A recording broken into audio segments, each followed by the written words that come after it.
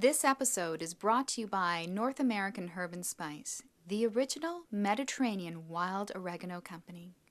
Go to www.p-73.com to learn more about North American's new line of raw Amazon products, including Mako Power, the only available pure non-alcohol liquid extract of raw purple maca.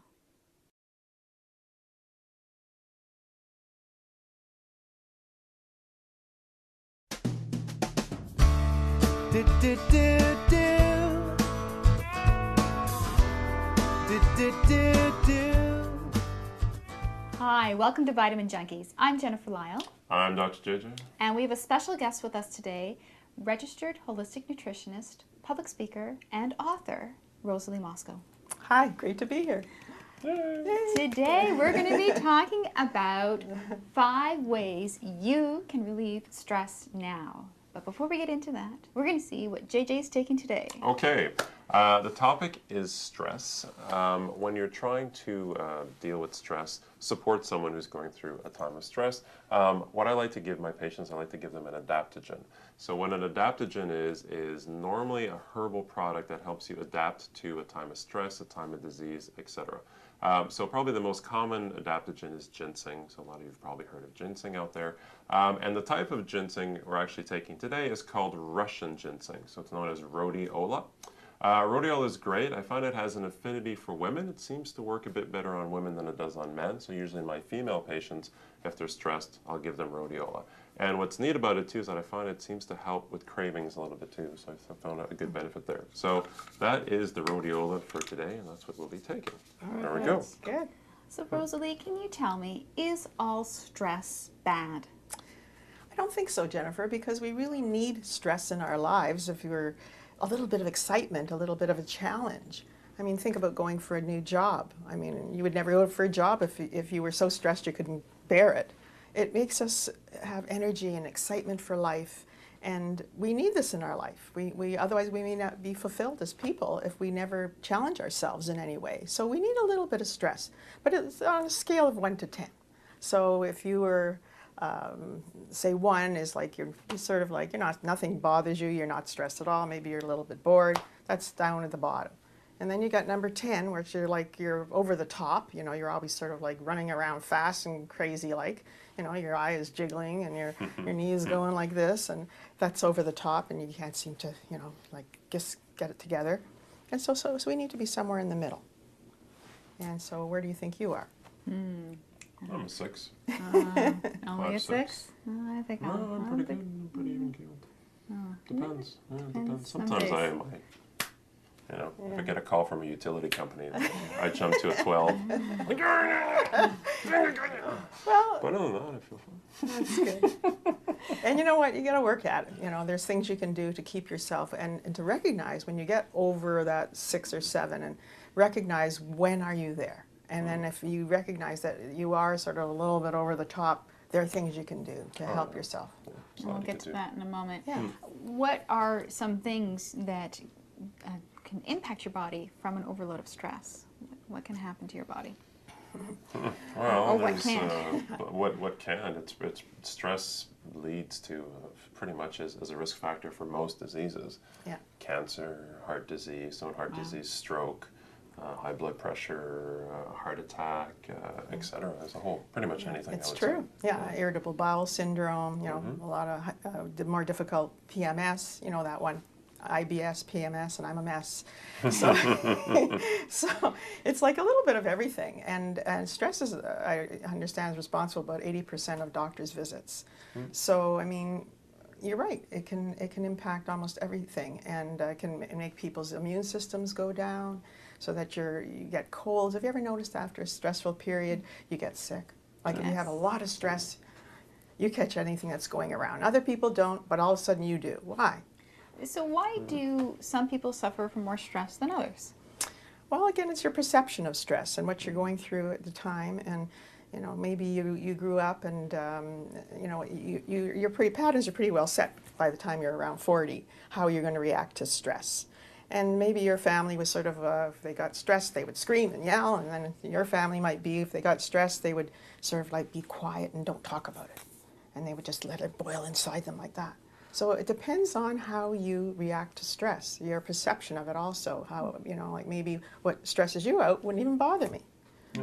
It also depends on what your coping mechanisms are too. That's right. If you exercise regularly, then you're a lot calmer. If you do breathing exercises, Exactly. you've got a good support system. Yeah. You're not overloading your body with alcohol and caffeine Exactly. and sugar, which just makes you even more on the edge of losing it. Yeah. So then you're it's a lifestyle thing. That's too. right. Lifestyle is really important, and I really try to, you know, to tell people that in my work I'm a speaker on this subject, and it's really important that people look at their lifestyle, and it does make a difference. Now you've got 5 strategies of how we can reduce stress now.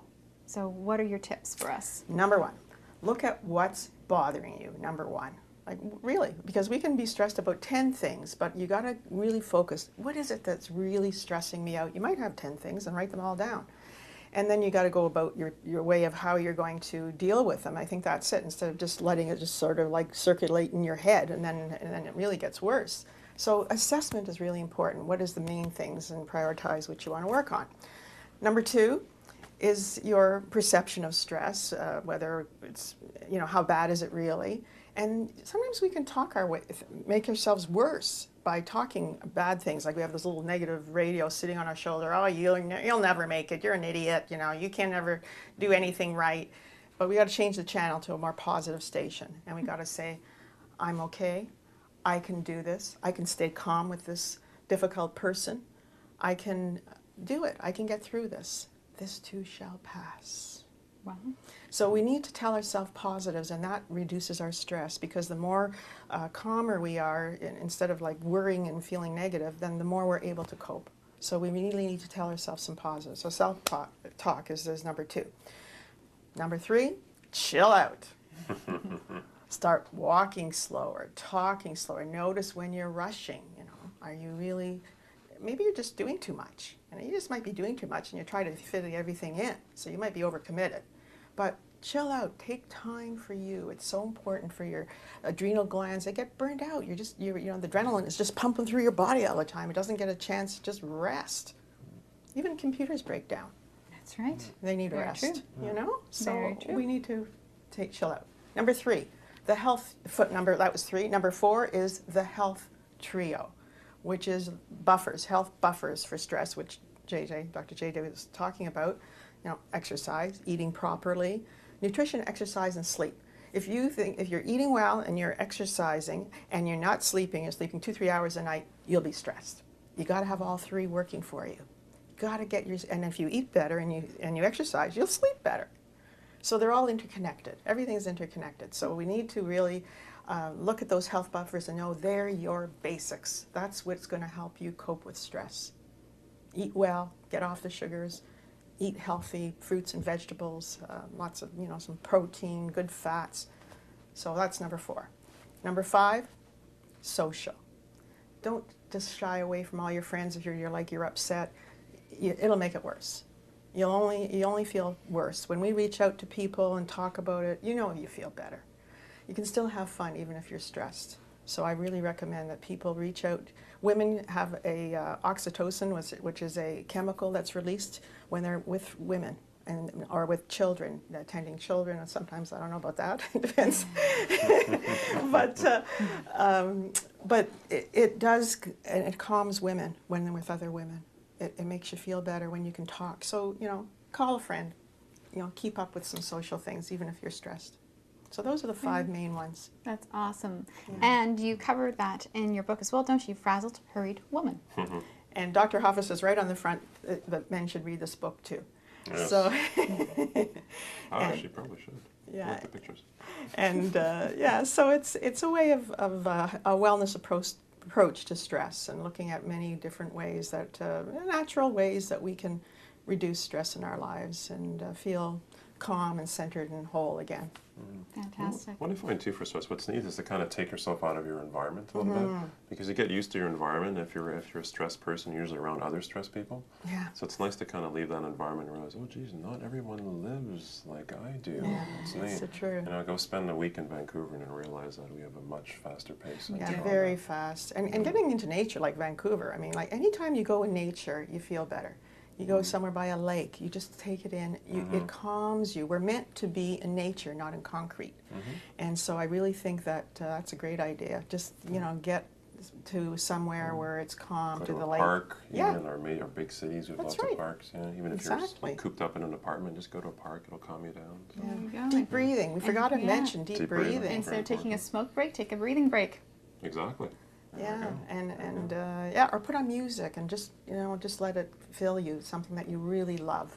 So anything that will make you feel better. It's okay to feel better. You know, people sometimes feel, oh, you know, I have no time for this, but it's really, you need time for it. It's very important to your health to have some pleasurable joys in your life.